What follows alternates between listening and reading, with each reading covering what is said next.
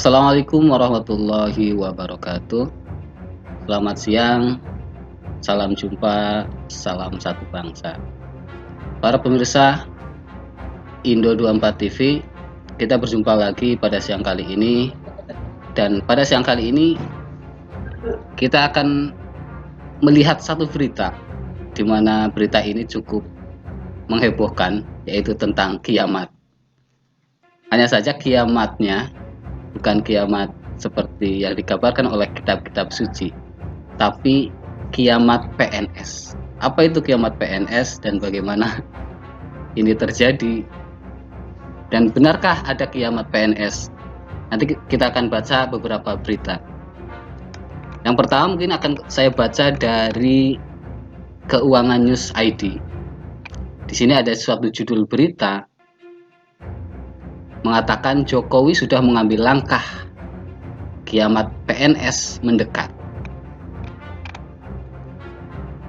Di sini dikatakan bahwa Jokowi telah mengambil langkah sejak 2019, itu telah memunculkan satu wacana, yaitu tentang penggunaan teknologi yang canggih dalam birokrasi di Indonesia. Beliau mengatakan ini bukan barang yang sulit, barang yang mudah dan memudahkan kita untuk memutuskan sebagai pimpinan di daerah maupun nasional. Ini ujar Jokowi. Ini beliau katakan di depan seluruh kementerian atau lembaga saat memberikan pengarahan dalam pembukaan Musrenbangnas RPJMN 2020-2024 pada Desember 2019 lalu. Jadi ternyata Jokowi ingin bahwa kedepannya akan ada penggunaan teknologi yang canggih. Yang dimaksud teknologi canggih di sini adalah artificial intelligence, yaitu bisa dikatakan robot yang memiliki kecerdasan buatan. Lalu pertanyaannya, bagaimana robot-robot ini bisa menggantikan peran dari PNS-PNS? Nah, jadi dikatakan bahwa nanti dengan big data yang kita miliki, jaringan yang kita miliki, memutuskan akan cepat sekali kalau kita pakai AI, yaitu artificial intelligence. Tidak bertele-tele, tidak muter-muter tegasnya. Nah, kalau kita lihat di BKN, yaitu Badan Kepegawaian Negara, yang dikutip dari CNBC Indonesia, jumlah PNS per 30 Juni 2021 itu sudah mencapai 4,08 juta orang, di mana porsi terbesar adalah instansi daerah dengan 77% atau 3,1 juta orang. Sementara itu, jumlah PPPK atau P3K, pegawai pemerintah dengan perjanjian kerja di Indonesia adalah 49.000 orang. Dengan komposisi terbesar juga daerah sebanyak 95% atau 47.000. Nah, kemudian apakah dengan adanya robot yang bisa mengambil alih tugas PNS, apakah kemudian otomatis PNS ini akan dipecat atau bagaimana? Nah, di sini dijawab oleh Kepala Biro Hukum, Humas dan Kerjasama BKN, yaitu Satya Pratama. Beliau menyampaikan bahwa wacana ini bukan berarti seluruh PNS akan dipecat, melainkan kolaborasi antara sumber daya manusia dan teknologi. Beliau mengatakan tidak, artinya tidak dihilangkan, tetap ada PNS, namun jumlahnya tidak gemuk atau besar, ujarnya kepada CNBC Indonesia.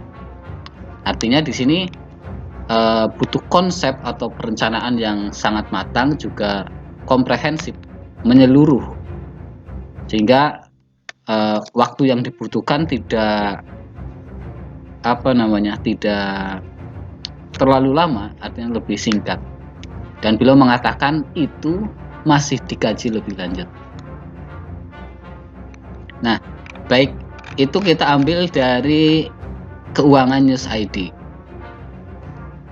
Di portal berita lain, misalkan di Bizlaw ID, juga menyatakan hal yang serupa, yaitu tentang kiamat PNS ini. Kalau di sini mengambil judul kiamat PNS, bukan omong kosong, akan tetapi akan ada badai PHK. Sebenarnya beritanya pun tidak berbeda jauh, yaitu tentang bagaimana birokrasi ini kedepannya oleh Presiden Jokowi ingin lebih efektif dan efisien, ingin dibuat lebih efektif dan efisien, sehingga beliau kedepannya beliau mengangankan atau mewacanakan bahwa ini harus melibatkan teknologi, ya seperti tadi, yaitu artificial intelligence atau kecerdasan buatan.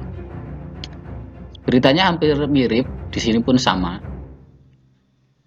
Ini ada hal lain, yaitu bahwa Badan Pengkajian dan Penerapan Teknologi (BPPT) sebelumnya telah meneliti kemungkinan rencana tersebut, dan teknologinya bisa disediakan oleh pemerintah maupun swasta.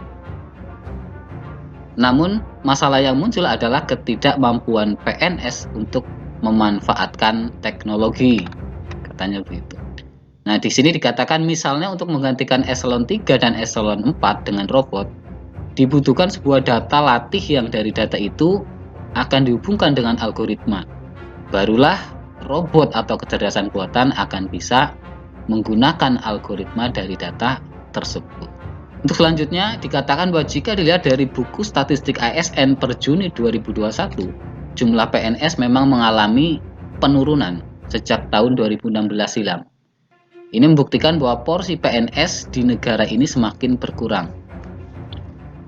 Ini dikatakan jumlah PNS berstatus aktif per 30 Juni 2021 adalah 4.081.824 atau mengalami penurunan 3,33% dibandingkan dengan 31 Desember 2020. Jumlah PNS terus mengalami penurunan sejak tahun 2016, tulis buku tersebut. Jadi jelas di sini ya bahwa sebenarnya berita tentang kiamat PNS ini sebenarnya tidak kiamat dalam arti kemudian semua PNS akan digantikan dengan robot ataupun akan dipecat secara keseluruhan, tapi telah terkonfirmasi bahwa sebenarnya hanya ada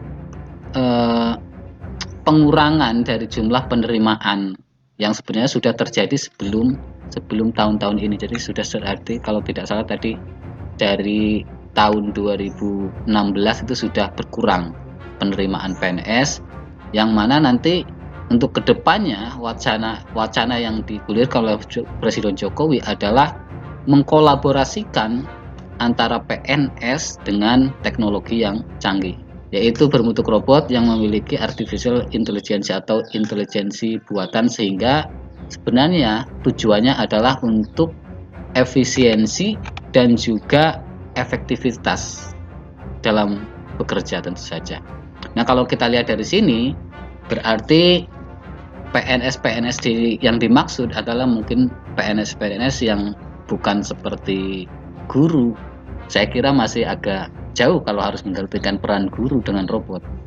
Bagaimana mungkin kita bisa menyerahkan putra-putri kita, anak didik kita kepada robot yang notabene tentu tidak memiliki perasaan. Ini hanya berlaku untuk pegawai negeri sipil yang berkecimpung di bidang birokrasi ataupun pemerintahan, saya kira itu.